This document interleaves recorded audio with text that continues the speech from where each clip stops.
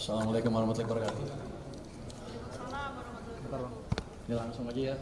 Temenannya saya jawab. Saya dikasih ini, saya nggak bisa jawab juga kalau baca ini. Makasih banyak Pak. Dia mau dikte saya.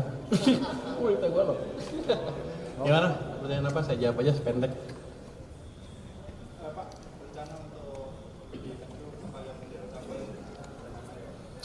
Pertama, saya baru tahu tadi jam 1:30 kali, jadi belum banyak pikiran. Jadi pesan Presiden adalah balik arah ekonomi, ciptakan pertumbuhan ekonomi yang lebih cepat, secepat mungkin. Itu akan kita kerjakan ke depan. Saya akan melihat di keuangan ada apa, instrumen apa yang masih bisa kita optimalkan. Di situ akan kita maksimalkan supaya ekonominya jalan lagi. Bukan jalan lagi, jalan lebih cepat. Nanti kalau jalan lagi dibilang berhenti sekarang. Belum ada. Saya suruh belajar sama Dirjen Pajak mana? Dirjen Pajak ntar ya? Bea cukai ntar ya? Nggak ada, cuman basically saya akan lihat seperti apa intinya. Cuman kalau Anda lihat, ya hanya kalau yang konstan apa? Tax ratio kan konstan, tax per PDB. Let's say kita nggak bisa rubah dalam waktu dekat. Ya untuk meningkatkan tax ya kita percepat pertumbuhan ekonominya. Kira-kira begitu. Ada yang ingin disampaikan ke pasar nggak? Pasalnya tadi IHSG sama rupiah sempat ngedrop pas pengumuman soal itu. Mungkin pasar nggak tahu, saya orang pasar. Saya di pasar berapa sih? Iya sejak tahun 2000. 15 tahun lebih. Teman Pak Anggito dulu dimarah-marahin Pak Anggito karena dia majikan dulu. Saya di pasar. Tapi saya udah kenal pasar cukup lama, di sini juga tim cukup kuat. Pak Anggito di pasar cukup lama, Pak Thomas sudah tim lama di sini. Beliau teman saya dari tahun 2000 kali, ngajar di UI bareng-bareng. Jadi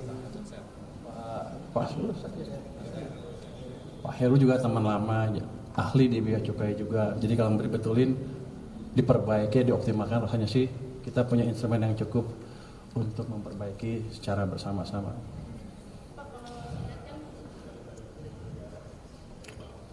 Belum ada. Kayaknya disuka-suka saya kelihatannya. Saya tanya, Pak gimana Pak? Boleh nggak saya abrik? Gitu kira-kira. Saya nggak tahu karena saya baru, itu kode boleh apa enggak?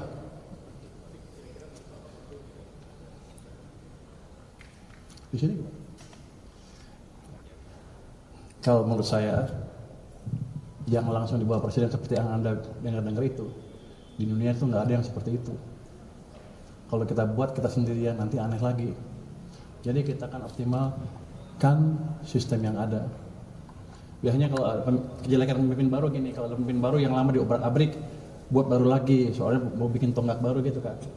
Saya nggak akan seperti itu approach-nya adalah saya lihat yang ada, saya optimalkan sehingga sistem bisa bekerja dengan optimal. Yang jalan-jalan, yang berhenti-berhenti kita optimalkan. Yang udah jalan kita percepat lagi. Jadi semuanya mesinnya bukan mesin baru, ini mesin lama tapi kita buat lebih bagus lagi ke depan. Ini orang pintar-pintar semua.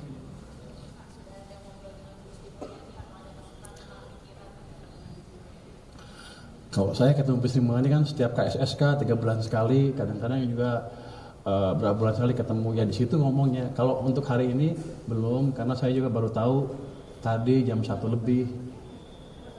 Untuk masih punya jas kalau enggak. Oke, udah ada lagi?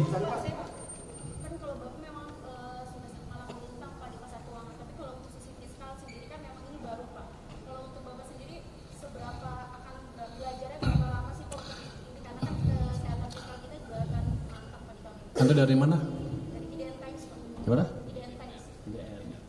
Anda nggak pernah tahu saya di mana ya? Iya, Pak. Sebelum di sini saya di KSP juga pernah kan berapa tahun. Dan waktu krisis COVID 2020-21, saya di samping Presiden Jokowi membantu memformulasikan kebijakan fiskal yang baik pada waktu itu. Bukan dari anggarannya aja, tapi cara mengelola uang pada waktu itu. Jadi kalau Anda bilang saya nggak pengalaman, salah besar. 2008 saya bantu Pak SBY, saya think tanknya SBY. 2015 saya ke KSP, bantu Pak Jokowi waktu yang melambat, kita balikan dengan cepat. Habis itu saya keluar, 2020-2021 mau runtuh lagi, masuk lagi ke sana. Saya selalu memberi masukan fiskal ke pemerintah. di belakang nggak dibayar. Mungkin sekarang dibayar, ya, saatnya dibayar sekarang. Gaji gede nggak sini? Kira-kira gitu. Jadi saya udah kenal lama dengan fiskal, dengan ini ahli fiskal kita Pak Suhasil. Jadi saya nggak akan terlalu gampang, saya nggak perlu waktu untuk belajar lagi.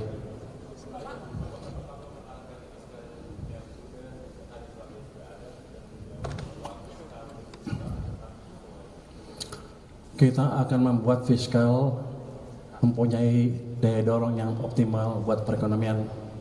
Saya buat fiskalnya sehat, tapi kalau nggak dibelanjain juga ekonominya nggak jalan, runtuh juga nanti ekonominya. Jadi fiskalnya sehat, tapi kita pastikan nggak mengganggu sistem keuangan dan belanjanya bisa optimal. Ini kan sekarang agak lambat ya. Kalau saya lihat 2 triwulan terakhir, pertumbuhan belanja pemerintahnya, triwulan 1, triwulan kedua itu negatif kan. Itu nggak tahu salahnya di mana, efisiensi apa bukan, tapi yang jelas itu memberi dampak negatif ke perekonomian karena pertumbuhannya melambat dari situ. Saya ahli fiskal, jadi saya ngerti betul fiskal yang perlu seperti apa. Anda mau belajar?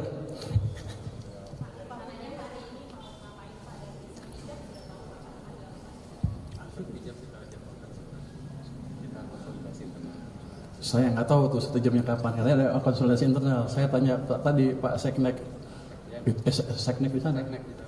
Itu udah punya saya, udah punya lu katanya. Tapi enggak, kita akan kulonulundu dengan Ibu Sri Mulyani.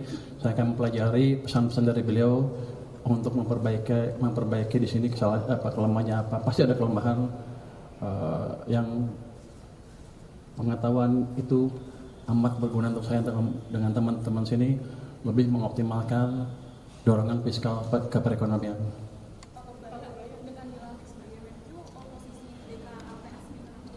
Jadi saya sudah resign ketika saya dilantik jadi Menkyu. Tadi sebelum hari ini ya. Kosong tapi nanti ada PJS. Nanti ada di sini. Luki mana Luki?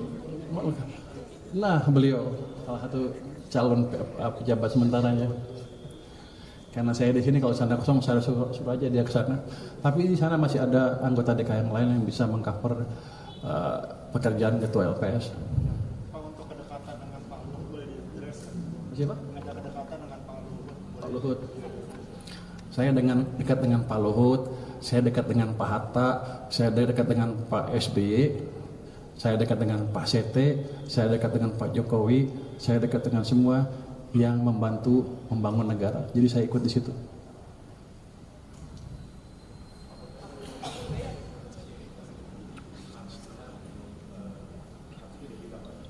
Saya akan pelajari lagi seperti apa, saya belum tahu detailnya. Kalau untuk proses ini Pak, RAPBN 2026 ini flow-nya gimana nanti Pak? Kayak Bapak kan baru gitu kan, maksudnya kayak diganti menterinya. Flow-nya bakal tetap diusahakan sama atau ada sedikit kesesuaian? Ya sama lah saya pikir. Jadi maksudnya bakal udah langsung, soalnya mungkin September itu kan udah mulai diketok ya Pak? Iya, kan Menteri Keuangan kan jabatan politik yang didukung oleh politik juga. Bukan saya sendirian di sini, kalau saya sendiri pasti nggak mampu. Jadi saya pikir flow-nya nggak akan terlalu banyak berubah dan anggota DPR juga sudah beberapa yang kontak dengan kami dan saya bilang akan kerjasama memajukan negara ini bersama-sama.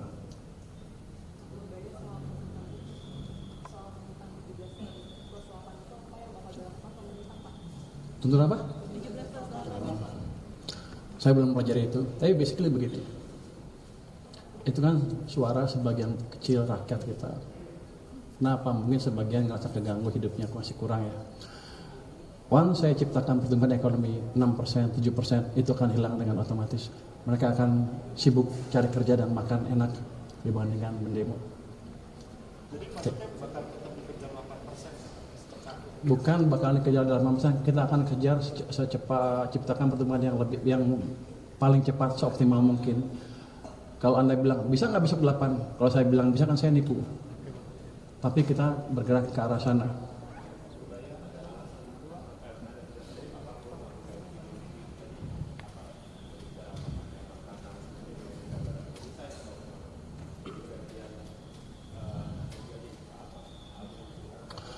Saya nggak tahu Pak Prabowo tidak cerita sama saya, jadi itu misalnya Pak Prabowo ya. Tapi kalau saya pikir sih Ya penyegaran kan biasa. Ya, terima kasih semuanya. Assalamualaikum warahmatullahi wabarakatuh.